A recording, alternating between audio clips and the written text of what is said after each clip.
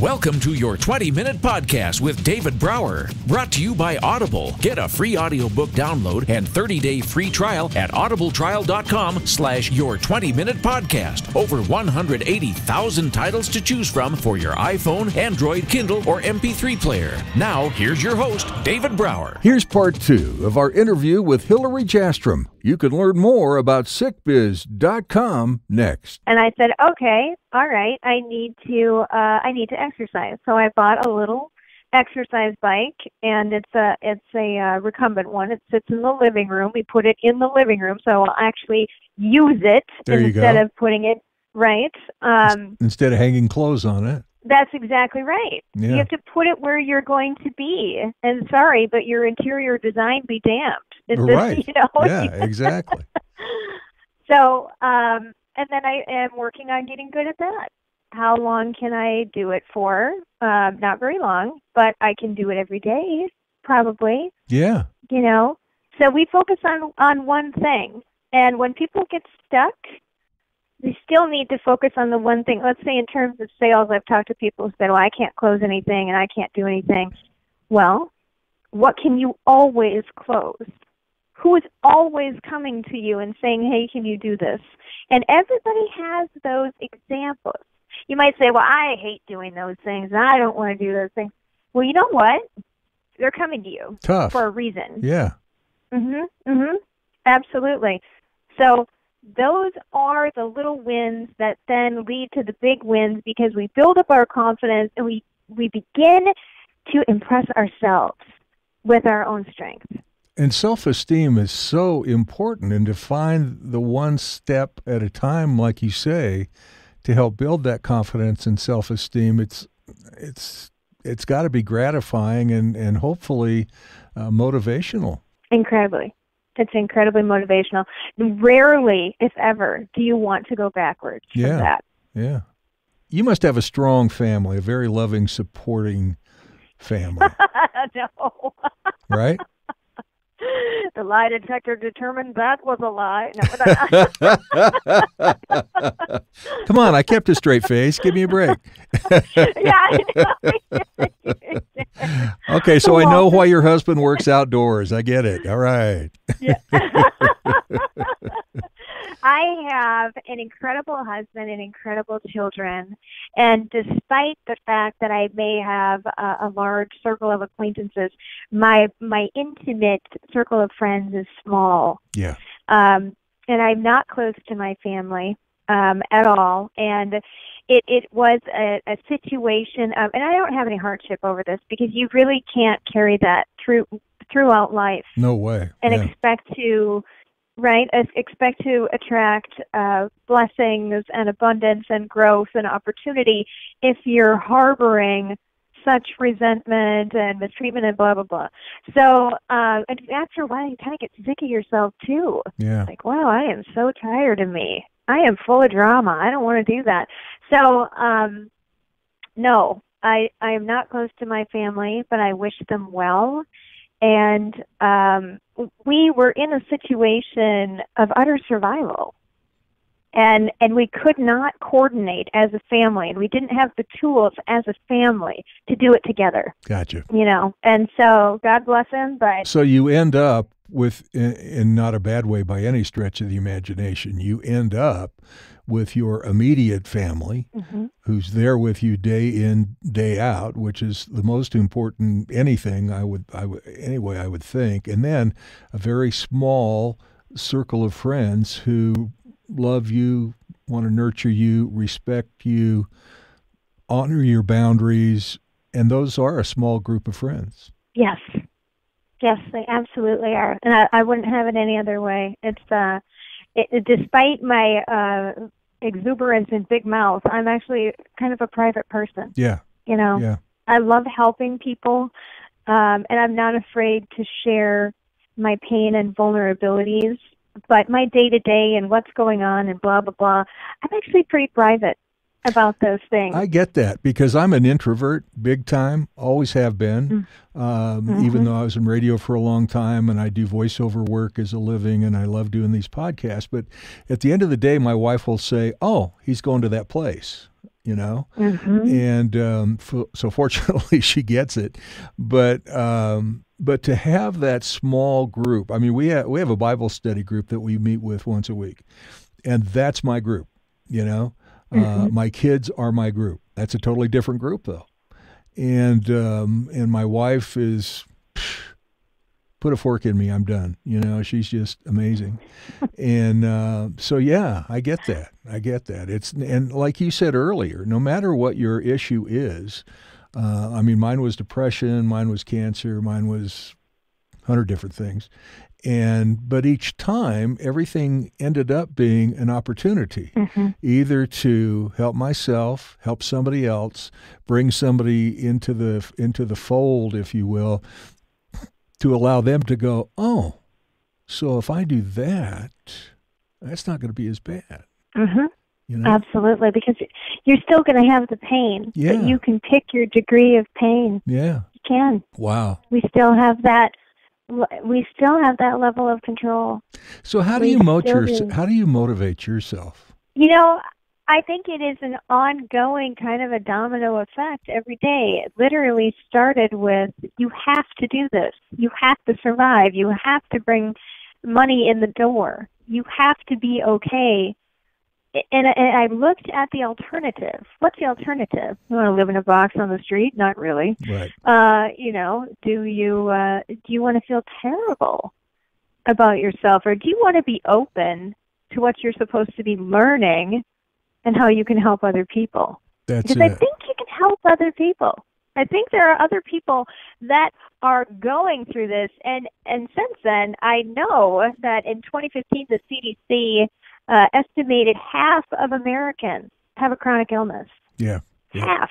That's crazy. Terrifying. It is crazy. And how many of that half, if you will, just thinks that, well, that's what I got. That's the cards I was dealt, and I'm just going to mumble and rumble and go through life the way it is, Yeah, and they don't have any options, or they don't believe they do. So we just established... They don't believe they do, yeah. We just established a board of directors.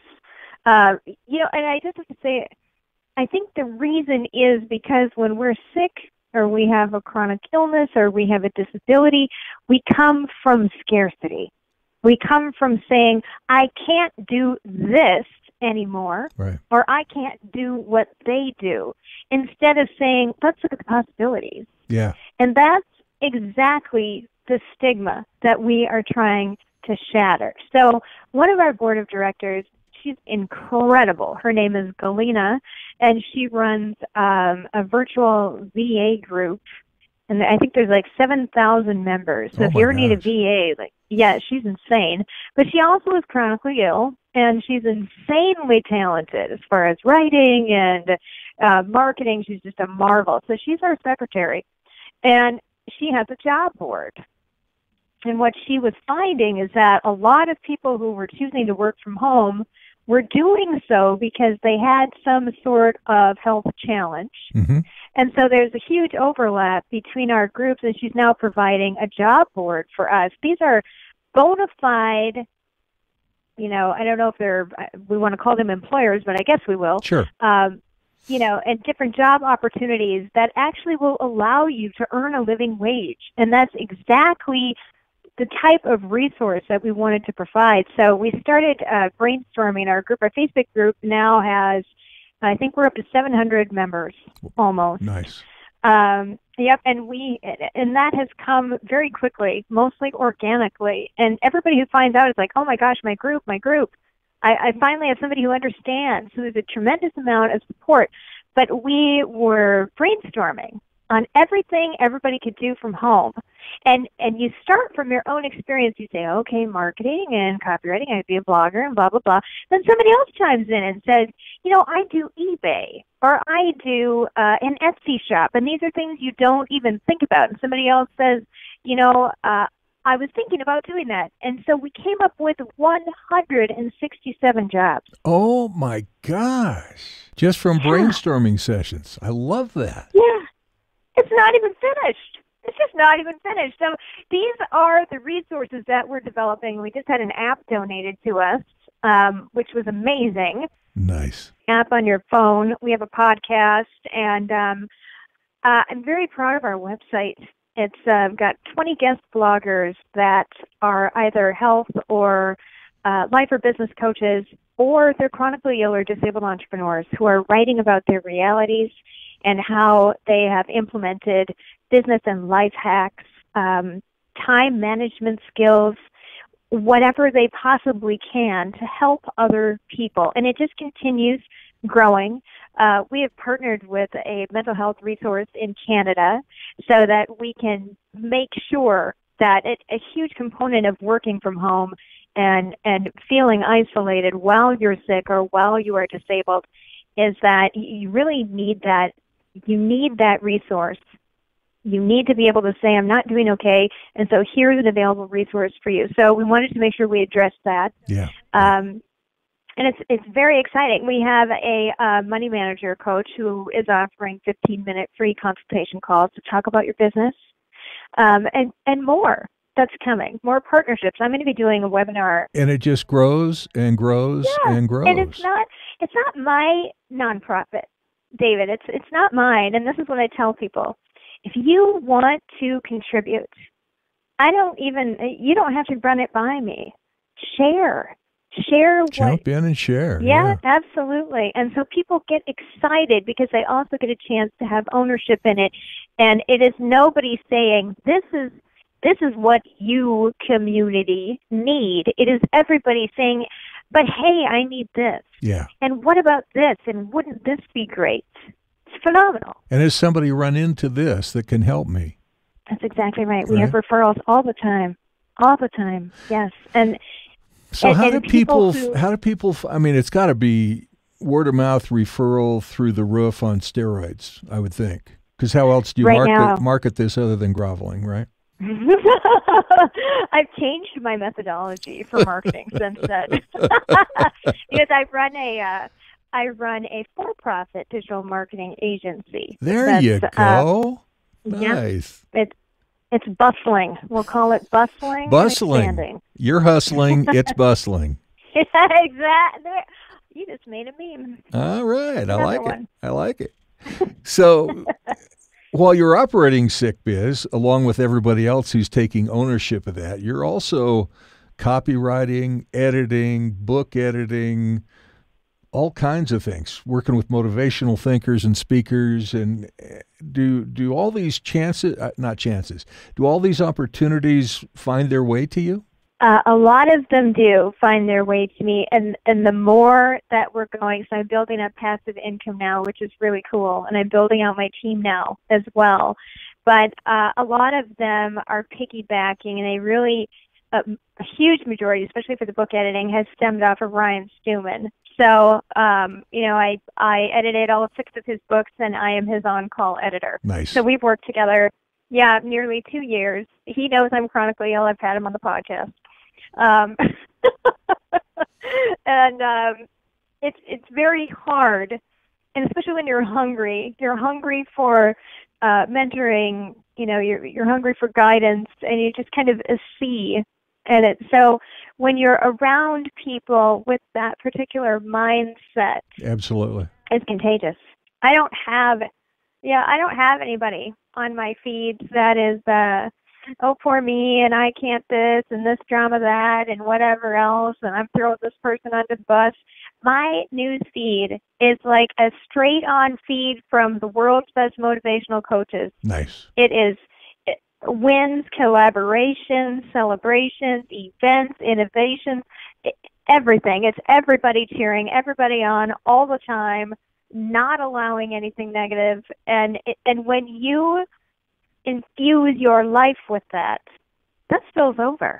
Absolutely it does. And it's as simple, not that this is simple, but it's as simple as we are who we surround ourselves with. It's very simple like that. Right. And I think we complicate things. We do. Yeah. And a lot of times people may say, well, I don't know how to extricate myself from this situation or this toxicity. You know what? Use the 2017 buzzword ghost, man. That's all you got to do. Just drift away. Yep. You don't have to say a word. Your choice is to do nothing and to simply disengage. If you don't want to do anything, you have every right to defend your environment and to defend good treatment of yourself. And most of the time, disengage is really the way to go, right? Otherwise, you're hanging on to stuff that is continuously bringing you down that you have no control over. So why not just disengage and focus more and more on yourself and the people around you? Absolutely. And you have to take responsibility for what you're allowing. That sounds kind of harsh, but truly. Yeah. Don't think of yourself as a victim. Oh, I have no control, or, I'm weak, or no, you're not. You absolutely can hit the unfriend button. You can do it right now. Absolutely. And every person listening to this has somebody that they're going, you know what, I've been thinking about that for a while. What is at stake if you hang on? Yeah. Wow. And it sounds so easy, but it's not. But you have to show up and you have to commit. And then once you feel some success, you go, oh, now I get it. Right? It's, well, yes, and it's not that it won't be painful, but For it is sure. less, Yeah. It's less painful to endure distance than it is to be caught in the midst of chronic dysfunction and pain. Well said. Well said. Mm-hmm. People want to check out SickBiz. Go to sickbiz.com, right? Yes, exactly. And is that the place? Is that the place where people need to go to learn more about all the things that you're talking about and you're involved in? Yes, we're linked up to everything, and our resources page should be going live very soon. But we also have an app you can get to your phone if you text SickBiz, 2 separate words, to 36260, and you'll get that right on your phone. Our podcast will be on there. You'll be able to access the blogs, and we'll be adding our resources button very soon. The onus is on value. I didn't want this to be some pop-up kind of virtual support group. Right. It really needs to provide value that enables chronically ill and disabled entrepreneurs to run profitable businesses. And I do want to say we are establishing a scholarship as well, a quarterly grant that will be awarded to an entrepreneur to help them, and they can apply that to their business. Now I got the good goosebumps. You know what I mean? This is so cool. So pay it forward has got to be the mantra of you and a lot of people that you work with that start to get it and finally get it and go, oh, okay, now it's my turn to pay it forward. I'll help somebody else, right? Amen. And you know what? And that's the secret of life right there. It is. To pay it forward. Yep. We can only do what we can do by ourselves, and so we are limited. We are limited in our own ingrained thought processes. We are limited by our physical and mental capabilities, by the hours in the day. But when we trust and expand, then we can only grow in the initiative together. And it's a delightful surprise, right, to see what other people bring to the table. Because you'll say, well, what are we going to do about this? And you'll have your own ideas, and somebody will say, what about this? And you'll go, oh, I never thought of that. Right. That's incredible. Right. All of a sudden, these little epiphanies go on, and you start getting excited. And guess what? You're now more positive. You have better self-esteem. You're helping others. Others are helping you, and it's life-changing what you're doing, kid. Life-changing. It's cool. Oh, thank you. Yeah. Thank you. So the app is SickBiz, 2 words, SickBiz, and you text SickBiz to 236260, correct? Oh, no, it's 36260. Oh, 36260. Okay. So text SickBiz to 36260 and go to sickbiz.com, all one word, and learn more about Hilary and everything that's going on there. Read some fabulous blogs, fabulous stories, get engaged, and give yourself permission, Amen. I love that. This that. has been such a blast. Thank you, Hilary. Thank you so much, David. I appreciate it. All right, you take care. You too. Your 20-Minute Podcast with David Brower has been brought to you by Audible. You can listen to any of David's podcasts anywhere podcasts can be found, including iHeartRadio, the Spotify mobile app, and at davidbrowervo.com/your20minute podcast. Until next time, thanks for listening.